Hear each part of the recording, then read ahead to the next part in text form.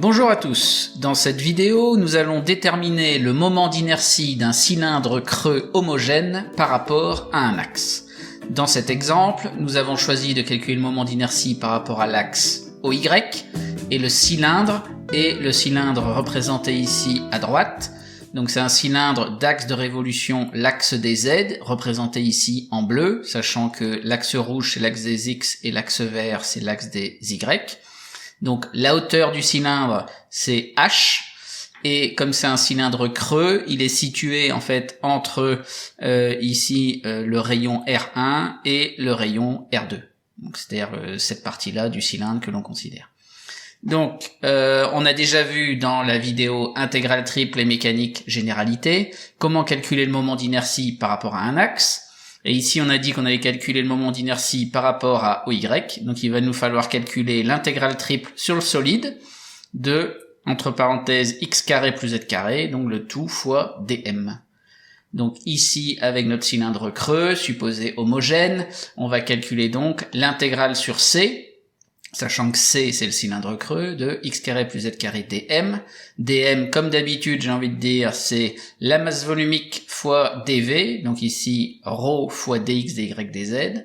Le cylindre creux est homogène, donc ρ est une constante qui est en produit de la fonction intégrée, donc par linéarité de l'intégrale, on peut sortir ρ en produit devant l'intégrale. Maintenant, si on veut exprimer ρ en fonction de la masse m du cylindre creux, eh bien, on va utiliser ρ égale la masse m divisée par le volume du cylindre creux.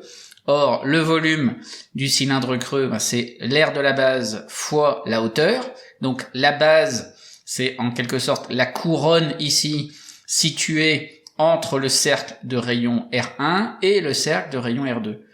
Donc, en fait, l'aire de la base, c'est l'aire du grand disque, donc pi R2 au carré, moins l'aire du petit disque, donc moins pi fois R1 carré.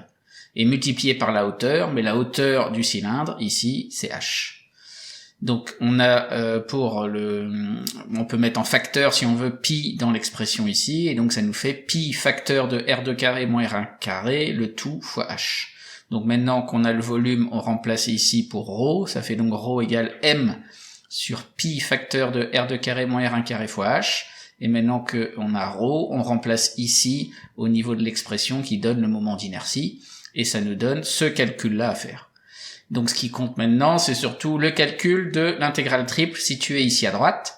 Or, cette intégrale triple a déjà été calculée dans la vidéo intégrale triple exemple 4 en coordonnées cylindriques. Donc, le détail est vraiment donné dans cette vidéo. Nous, on se concentre ici sur le résultat. Et donc, ce résultat-là, on va le reporter dans le calcul du moment d'inertie qui nous intéresse aujourd'hui. Donc, quand on reporte tout le résultat, on obtient ça. On repère en fait que au numérateur, on a ici en rouge pi h r2 carré moins r1 carré, le tout là, qui est en fait en produit de tout le numérateur. Et ici en bleu, on voit qu'on a exactement la même expression qui est en produit de tout le dénominateur. Ce qui fait qu'on peut simplifier par cette expression-là. Donc il nous reste le moment d'inertie par rapport à l'axe OY, qui est juste m fois, donc on ouvre une grande parenthèse, r2 carré plus r1 carré sur 4, plus h carré sur 3, et on ferme la parenthèse.